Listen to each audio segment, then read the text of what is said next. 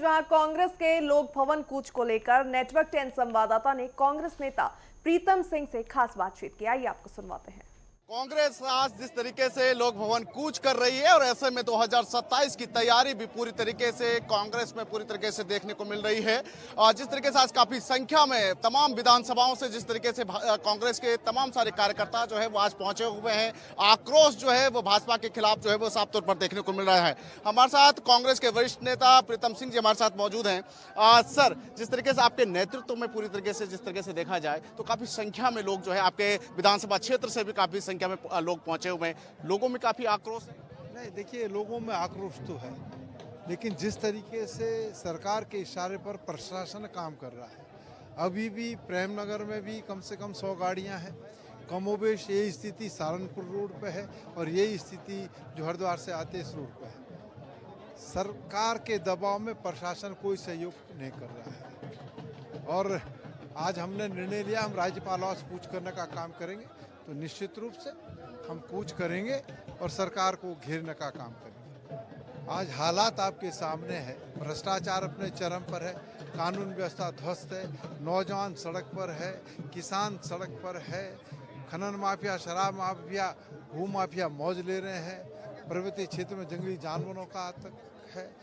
ये तमाम बातें हैं, तो इनको लेकर के हम कूच कर रहे हैं। जिस तरीके की कानून व्यवस्था की अगर बात की जाए, अंकिता भंडारी हत्याकांड तो हुआ ही था, लेकिन इस बार 4 से 2 सप्ताह में 5 हत्याएं जिस तरीके से देहरादून जनपद में हुई है, उसको कैसे देखते हैं? नहीं, देखिए, कानून व्यवस्था तो ध्वस्त है। आपके सामने देहरादून में, जिसे हम अस्थायी राजधानी भी कहते हैं और जो शांति के लिए पूरे विश्व में जाना जाता था, लोग रिटायरमेंट लाइफ व्यतीत करने के लिए देहरादून आते थे। उस देहरादून में 17 दिन में 5-6 हत्याएं हो जाए तो इससे बड़ा दुर्भाग्य और क्या हो सकता है। लोगों में भय है, लोग आतंकित हैं कि कब किसकी हत्या कहां पर हो जाए कुछ पता नहीं। और ये सीधे सीधे पुलिस के वरिष्ठ अधिकारी और सरकार का गठजोड़ है, जो गठजोड़ भू माफियाओं से संपर्क करता है, उनसे उगाही करने का काम करता है, उसी की परिणति है। धौलास की जमीन को लेकर एक बार फिर से राजनीति गरमाई हुई है। भाजपा उस मुद्दे को खूब उठा रही है कि मुस्लिम यूनिवर्सिटी का जो जिन था उसको फिर से बाहर लाने की कोशिश जो है वो की जा रही है। नहीं, देखिए, ये मैं आपसे कहना चाहता हूँ,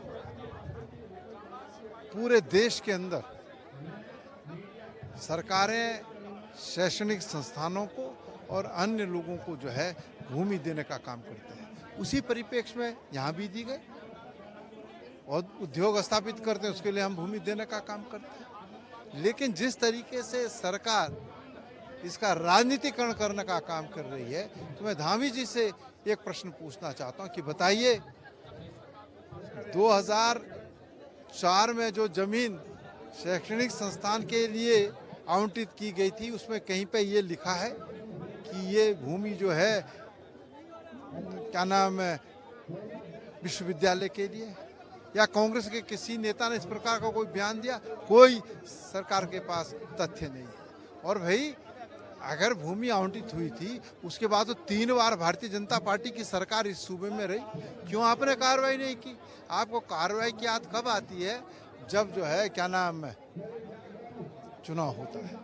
तो ये स्थिति है, लेकिन लोग भाजपा के चाल चरित्र चेहरे को पहचान चुके हैं और वो निश्चित रूप से समय आने पर भाजपा को सबक सिखाने का। 27 को लेकर क्या रणनीति कांग्रेस की रहेगी? क्या इसी तरीके से मुखर होकर जो है जनता के बीच जाएगी?